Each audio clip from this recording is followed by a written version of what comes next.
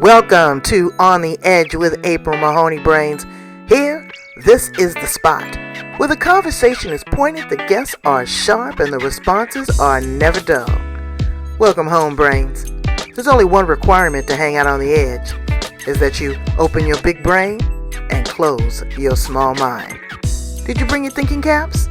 It's time to put them on, because the conversation starts now. Edge with April Mahoney Brains. How are you? You are at the spot, the place, the location where the conversations are pointed, the guests are sharp, and the responses are never dull. We're in Queensland, Australia, with the beautiful Vikki Speller. Vikki is just at the top of her game. If you have not been following her on social media, you have been missing the virtual adventure of a lifetime. This woman is an accomplished author. She's written a children's book. A few days ago, she just released her contribution to a compilation anthology with a bunch of other beautiful winners. We're going to talk about that. She really works in the realm of holisticness, meditation, and she's a coach. So I want to talk to her about that and a whole lot more. But before we get started, Vikki, introduce yourself, and then after that, I want to go right into this adventure. This trip that you went on was absolutely magnificent. So tell my brains a little bit about you and how you show up in the world. Oh, well, first of all, thank you so much, April, for inviting me to be on your show. I was so excited. So thank you so much. I really, really appreciate it. Oh. So, as you said, my name is Vikki Speller. I am an holistic counselor.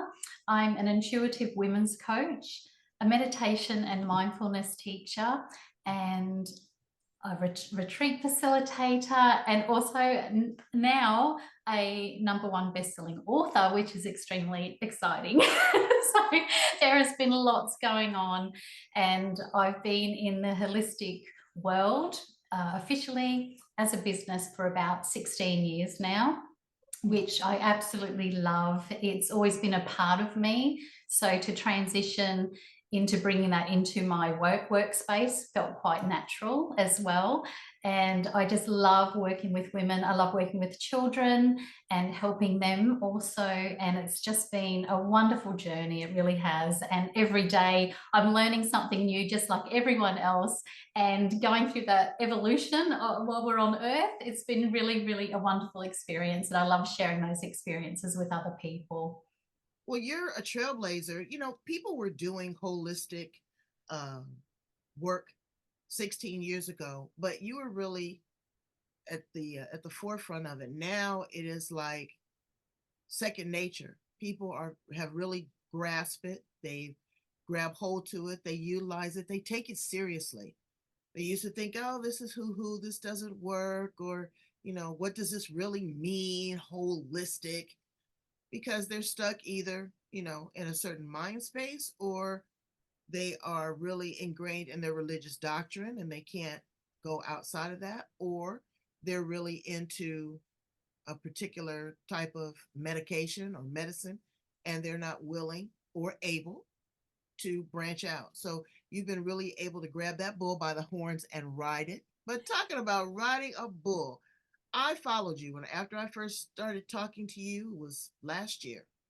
And you said that you were going on this amazing adventure. Before you got there, you were on this adventure all by yourself. Tell us a little. Were you by yourself, or was that, or were you accompanied with someone and they just weren't in the photos because you were absolutely everywhere? I was everywhere. It was fabulous. And there was times when I met up with a couple of friends, which was beautiful. Majority of the time I was by myself. I had a wonderful time, and really honestly, to looking back, going this is kind of going back in my journey a little bit. 10 years ago, I would have been really hesitant to jump on a plane and go overseas. And that was something for me that I had to overcome. And that was really a mindset that from hearing my parents when I was young about travel. So I kind of took that on for a long time. And then I had an experience where I got to go overseas about 10 years ago with a friend. And then to look at me now, like 10 years after that experience, and to be able to jump on a plane and head off by myself and wave goodbye to my husband and my children and my grandchild Oh, and to go wow. on that adventure. It was really, I was actually quite proud of myself, and I had such a wonderful experience. And I really did, I must say, took everything in, every moment. I appreciated every moment. The bits where was a little bit hesitant, or I had a little bit of asthma there with the cold weather at certain times and things like that. But it didn't matter, I just really embraced being there, being present, and absolutely loved every part of it. It was I mean, just you were so amazing. adventurous. You went to all of the historical sites. I did. It was raining at times. You were still out there. You did not let that put a damper on your trip. You showed fabulous food, and then you ended up in Ireland. Tell us a little bit about the book retreat and the conference that you went to. Yes, so absolutely. So how that came about is the people that I've published through. So Karen McDermott, Serenity Press or KMD Books, Mhm. and she had the offer there. Would I like to come over to Crom Castle in Ireland and launch my children's book? So that was a hell yes. That didn't take much there was no hesitation in that. I thought, what a wonderful platform to be able to have that offer and to go to Crom Castle. So I went there. It was the most amazing experience. I Well, it wasn't a conference, it was a writer's retreat, correct? Yes, that's right. It was a writer's retreat. So it was at Crom Castle in Ireland, and which was an absolutely amazing place. And I had to pinch myself every now and then because I was thinking, I'm this small country town. This is where I grew up. I'm just this country girl, and all of a sudden I'm sitting in this magnificent castle with the beautiful long timber table that's meters long, and having lunch with the Duchess Sarah Ferguson and meeting people like David Williams, who came and spent the night with us as well. And which, when we had dinners, we had a couple of gala nights. I got to sit opposite him, which was wonderful. So I held a beautiful conversation with David too. But the actual place was magical. The grounds were beautiful. They've got some yew trees there that are one of the oldest trees in Ireland, and they were planted in the 1700s, and it's a male and a female, and they've grown together. So when you can actually go through and you walk underneath them, and the energy under these trees was so powerful, it was really such a wonderful experience. And to meet fellow authors and the wonderful people and make those beautiful connections and to share that time with them, it was really an experience of a lifetime. It really was. It was wonderful in every way. I loved it. So did you have some breakout sessions where you got to work on your writing process and kind of explore your imagination and inspiration? Yes, so there was so Karen held a writers workshop. So you'd come and do a workshop with her. You had time by yourself, so you can go and do some writing by yourself. And then we had moments where we came together, and we even went to an Irish pub and had a few jigs. Which was Hmm. fun. They know how to dance in Ireland. I've got to tell you, April, they know how to have a good time, those Irish Yeah, I know people. my daughter loves Scotland and Ireland. She says, I want a Highland cow and a cute little redhead. Well, that's wonderful. That was a wonderful experience. I launched my children's book, which is Finding the Magic of Love, Let's see it. which Is that it it, behind you? yes, it is behind me. Yes, it Let's is. see her. Absolutely. Pull it forward to the I've got forefront. I've got one here. So Oh, so look this at that. Isn't so that this finding the magic of love? I remember that you told me a little bit about that. So continue with the story and then we'll go back to the book. Yes, yeah, definitely. So I launched my book there, and then also I was blessed to be included in Ubuntu, On Whose Shoulders We Stand, which was an anthology by Dr. Terry I. Trent, which is one of Oprah's all-time favorite guests. So to be included in her book was absolutely amazing. So I got to spend quite a few days with Dr. Terry I. Trent, at the castle as well. And the Duchess Sarah Ferguson wrote the foreword for the book. So she came to the castle and got to spend some time with her. And I've got to say, April, typical Aussie with my introduction. So normally you would shake hands. So I'm standing there and we're looking at each other and we had this little connection. It was really beautiful. So when I went to introduce myself, I'm a hugger. So I, I naturally went in to have a hug. So which caught the Duchess off guard a little bit. So she's half gone in to give me a hug back, and we ended up in this position where we had our arms around each other's backs and we're holding each other's hands in the front, and it was as if we were having a dance. And where we both started laughing, and she said, I think, are we having a jig? And I said, I think we might be. And she said, well, we may as well, we're here. And we had a little dance. So that was so that was my introduction to the Duchess. So I And you thought know she what? won't That's forget so. me. And now we've heard her, you know, her health challenge there. So we are sending her love and abundant light. Yes, And I know being in your presence and the presence of the other budding authors really made her feel special and feel loved. It's a lot. But you absolutely. know what? I didn't. I thought you were going to say you forgot to curtsy, but I don't think you curtsy to a duchess. I don't know. No, I have to get my royal etiquette.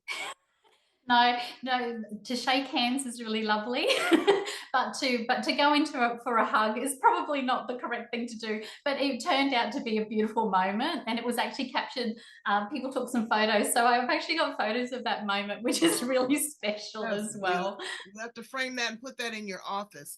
What was some of the your favorite foods? What is something that you tried that you had never had before that just really lit up your palate?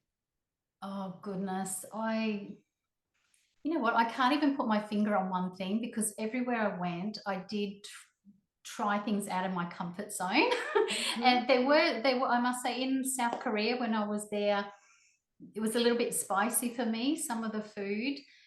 So I had to be a little bit more mindful when I did order food in regards to that. But it was all like everywhere I went, honestly, the food overseas, we have nice food here in Australia, you know, don't get me wrong, but the food overseas, the taste, it's different. It And is. whether that's because I was on a high, because I was just enjoying the No, well, ride of I mean, this you know, adventure. they have their natural organic vegetables, they have different spices and herbs and just the way that they prepare it. Amazing. So yes, well, I'm so glad that you got to have that experience and you got back safely because again, it looks like a whirlwind tour. So let's talk about the book. I don't want to spoil it, but tell my brains about your children's book. The premise of it is so beautiful. So the children's book. So it's Finding the Magic of Love. So it's really a Let's say it again. I love oh that. yes, sure. So it's a mindfulness book for children, and it's really about encouraging self-acceptance and looking at the world around them. So bringing in that aspect of self-love, and it's about a little girl that goes on this wonderful adventure trying to find love until she discovers where it is. So we won't give away the ending, but she goes on this wonderful adventure. And in the back of the book, what I did is I added some bonus mindfulness exercises for children. So we've got some beautiful breathing exercises in there, some mirror work, so teaching children how to look in the mirror and really connect into the aspects of themselves and to start loving themselves at an early age, and also introducing them to positive affirmations.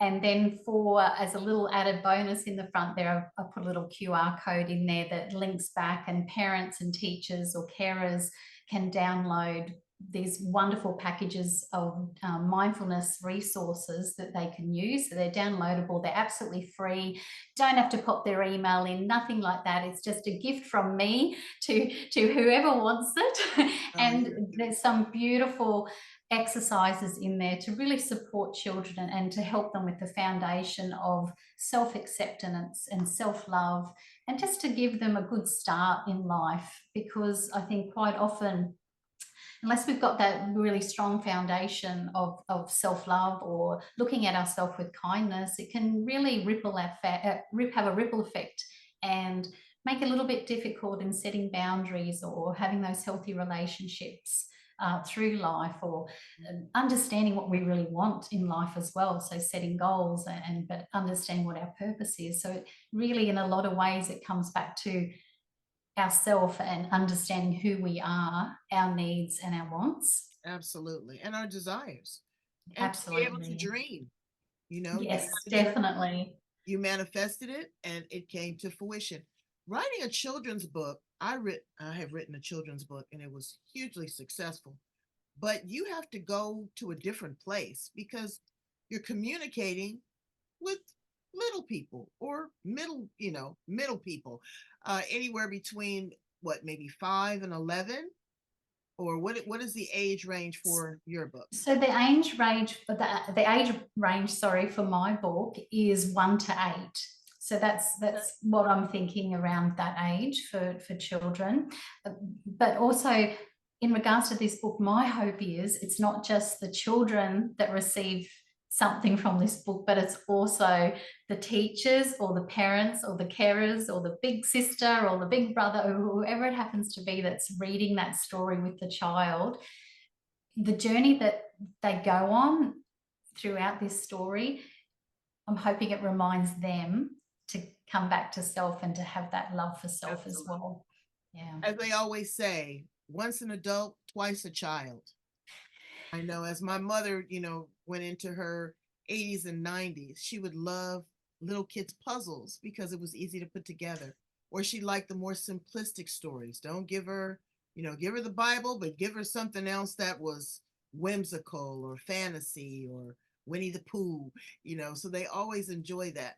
Finding an illustrator for a book is a challenge. Uh, how did you go along with that process? How did you find the Yeah. right illustrator? Sure. So for me, it was a little bit of a process. So I ended up finding an illustrator through my publisher. But in saying that, I did look at quite a few through her before this person landed in my heart, really. And while everyone else was absolutely wonderful, I really knew that when I connected with the right person, it would feel right instantly. So when I even saw the name Gabriel Saint Martin, and he's from Spain, when I saw his name straight away, I intuitively knew that he was going to be my illustrator for my children's book. And when we connected, and really, I had no idea of the process of going through and creating a children's book. I thought it would be just an easy thing. It's done like that. Oh But no, it's difficult. it is absolutely, it is a big process. And even I had such a clear vision in my mind of how I wanted the illustrations to be. I could see every page when I closed my eyes. So I was quite descriptive in writing out each page how I wanted it. And then Gabriel came back with sketches. And honestly, it was like he was in my mind because they were absolutely beautiful. And then looking at the color palette, I went for, even though that they're vibrant, but they're quite, if you can see Oh that, my goodness, look they're at they're that. soft. They're still soft colors. So I didn't want to overwhelm children with really bright colors. And he understood that. And honestly, he did such a wonderful job. I'm so happy. And now we've almost completed the second book that will be coming out in a few months as well. So there's a series of 3 in this one. Oh, that's beautiful. So now Yeah. you changed and you went from one extreme to the next. You were in Mbutu. Is that correct? Is that the name of it? Yes, that's correct. Tell us a little bit about the process of writing and what your contribution was to this great anthology. Yes, absolutely. So in regards to that one, that was a real journey for me, and took me down a path of connecting into when my mum passed away. So Ubuntu and On Whose Shoulders We Stand is really an anthology about the heroes in our life. So who supported us, or who did we look up to, or who helped us through certain situations. And for me, I wanted to write about my mum, because my mum's greatest fear for a start when she passed was that she'd be forgotten. And we all firmly let her know that would absolutely never happen. And so through this process, I looked at it took me back to that moment, and it took me back to my childhood and writing about mum and seeing mum in a different light, you know, understanding really mum in a more deeper level when I became a mother.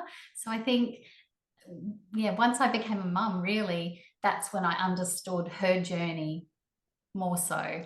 And she was quite a young mum, though. She was 16 years old. So by the time mum was 25, she had 4 children. Oh my. And yeah, so she was quite a young mum. And she was such a wonderful lady in the regards to working in the community. She would always be volunteering, whether it be at the school or the local Lions Club or Australia Day or whatever it happens to be. Mum would be putting her hand up and she would be there.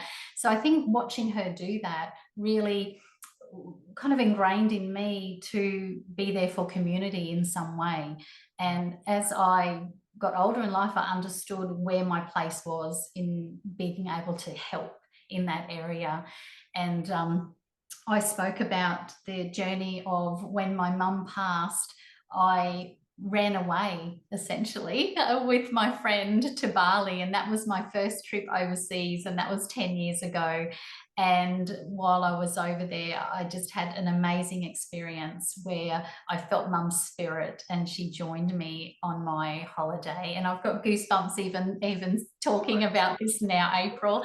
It was amazing. And when I was honest, I felt so grateful that my chapter was selected to be included in the anthology. I really did, because it was just such a true gift. Well, it was heartfelt and it was sincere. And Thank you. I'm sure that it is going to get rave reviews.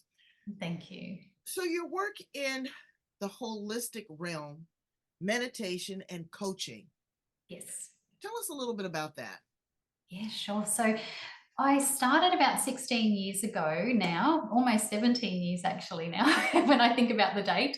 And how that came about was I was always interested in energy healing. I always knew from a young girl that there was more to life than the physical of what we saw.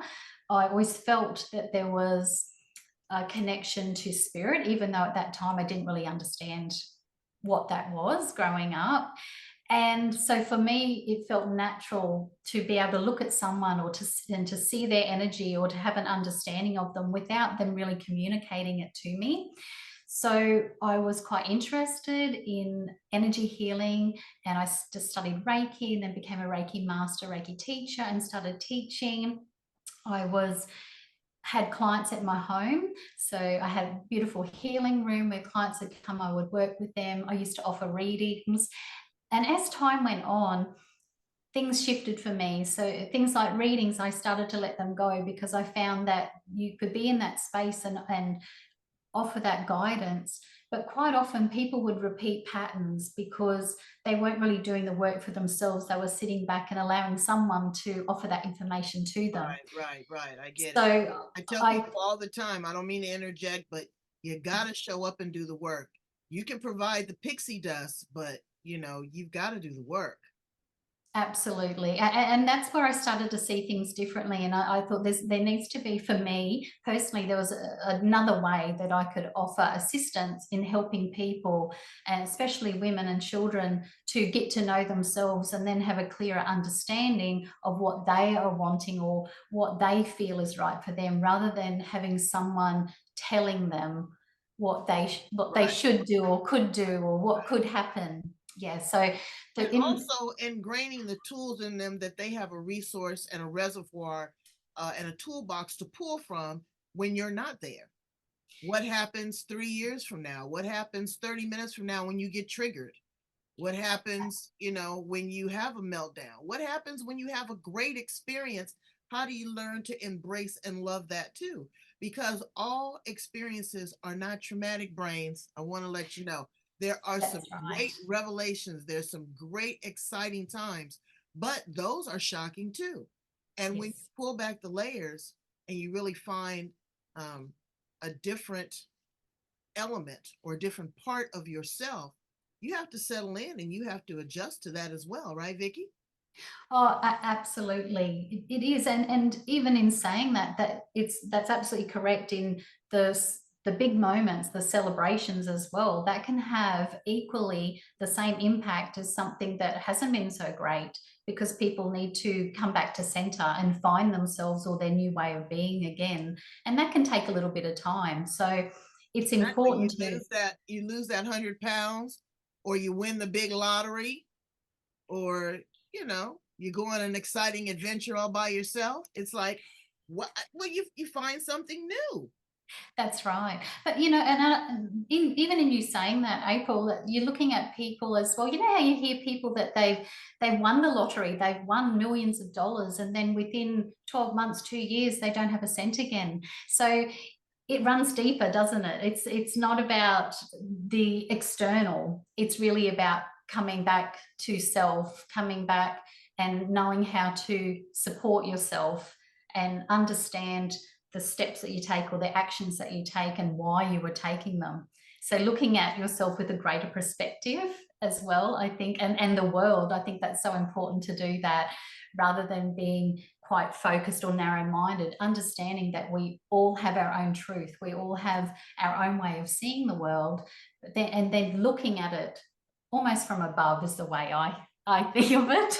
I call it the helicopter view. Yes. And it's so it's exciting. And Brains, I encourage you to find some excitement in your life. It could be the small things. You don't have to do anything different. Get on a bus or a train in your local community and ride it to the end, somewhere that you've never been before. Get off, go to a nice restaurant, talk to somebody, buy somebody a cup of coffee. I have one of my guests that has a 32-day challenge of kindness, just doing absolute random acts of kindness. And one of them that she shared with me that she did was she went to an AA meeting. She had never been to an AA meeting. She didn't have an addiction problem, but she went to support a friend. You know, the other lady, neighbor next door, she promised that she would take her garbage out for her, her garbage can out, because she saw her struggling. Just the little simple things. They don't have to be monumental, but they can mean so much to an individual. So let's ask some fun questions about you, Vikki. I love to do this. This is one of my favorite parts of the interview. If you were an appliance in the kitchen, what appliance would you be and why? What would I be? Let me think. For some reason, I wanted to say a toaster straight away, because I just want to pop up and just surprise people and go, "Hi, I'm here." Oh, that is so cute. That is too cute. I think today I change from day to day. Today I want to be the spice grinder. I want to crunch up the herbs and make it spicy and flavorful and awaken the palate. If you were a car, what kind of car would you be? Ooh, let me think. I might be a Ferrari and go nice and fast, and let's make it red. Ooh, okay. I would like to be a 1974 VW van with the flowers on it, the hippies, the hookah pipe, some Sly and the Family Stone playing in the background. Yeah, I'd like to go nostalgic. I love it. I might have to come for a ride with you, April, in that one. If you could time travel, past, present, or future, where would you land? If I could time travel, I would actually land back to a time when I can share a conversation with my mum again. That's where I would be.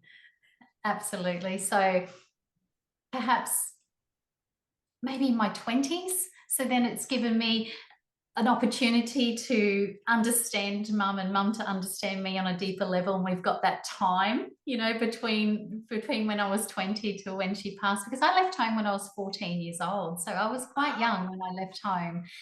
And while I've had a lovely relationship with my mum, I look back now and I think, wow, no wonder it broke her heart when I left, because I was a child. Right. I Well, didn't feel like I was though, April. I felt like I was, I don't know, 25. wow. What was that like being on your own at 14 years old?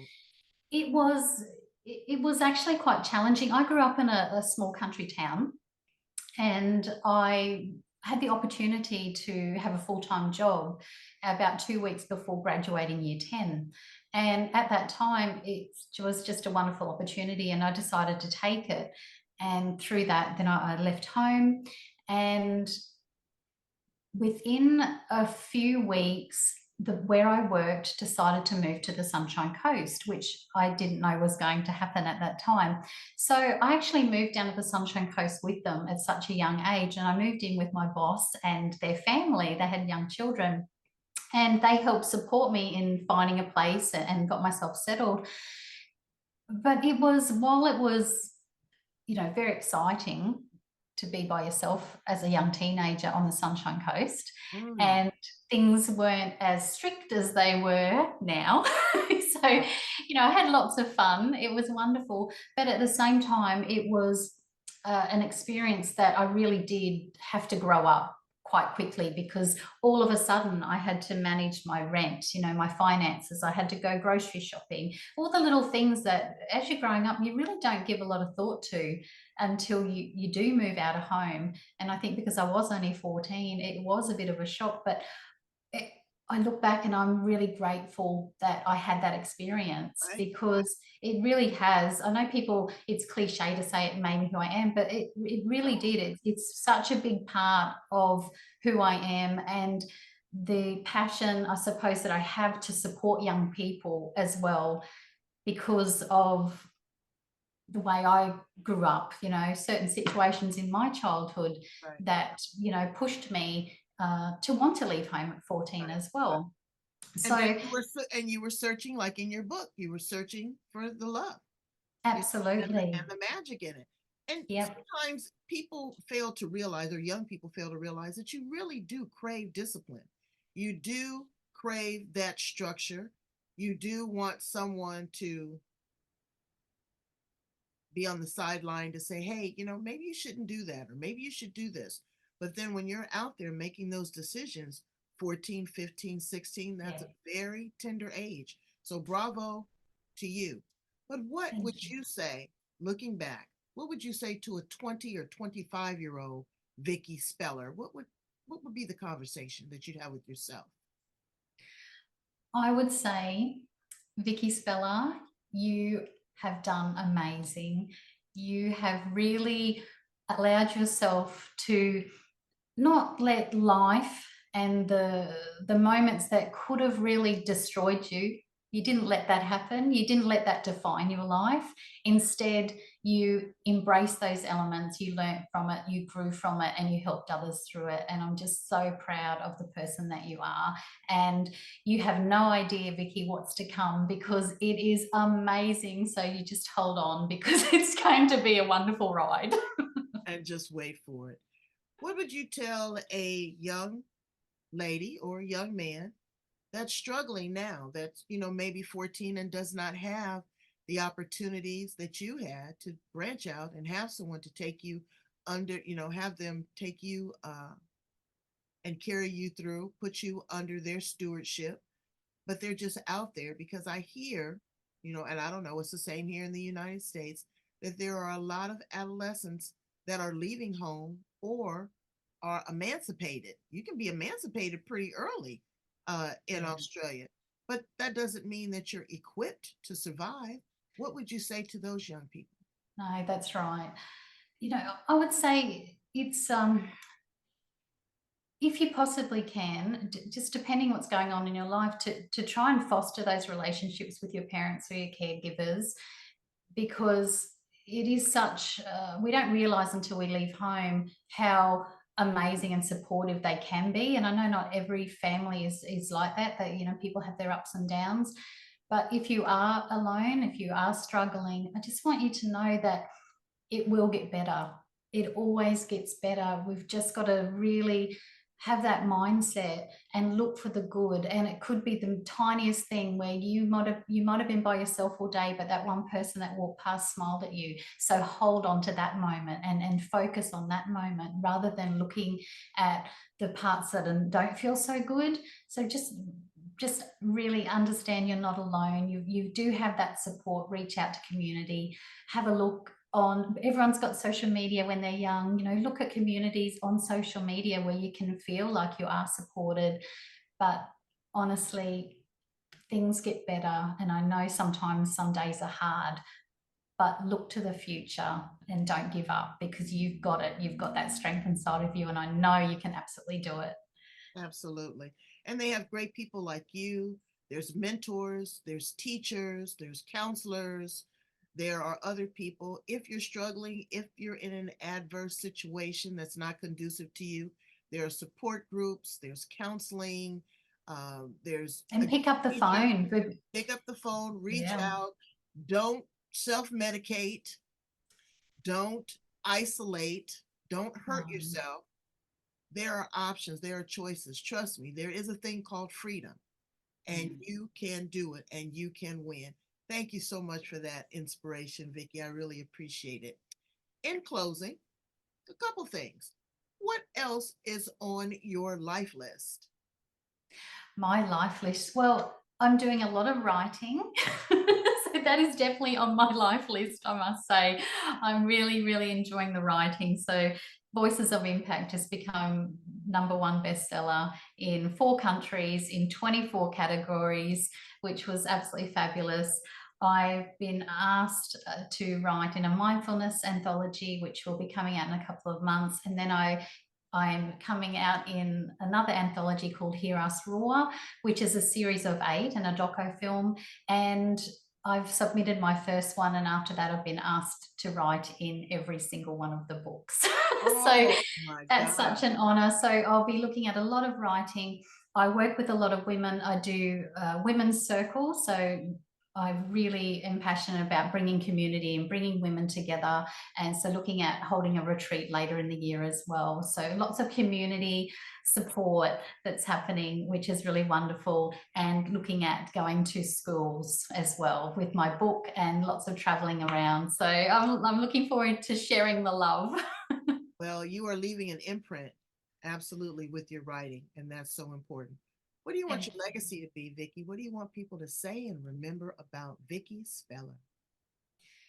I would just really love people to enjoy the words that I leave on paper. So enjoy my books.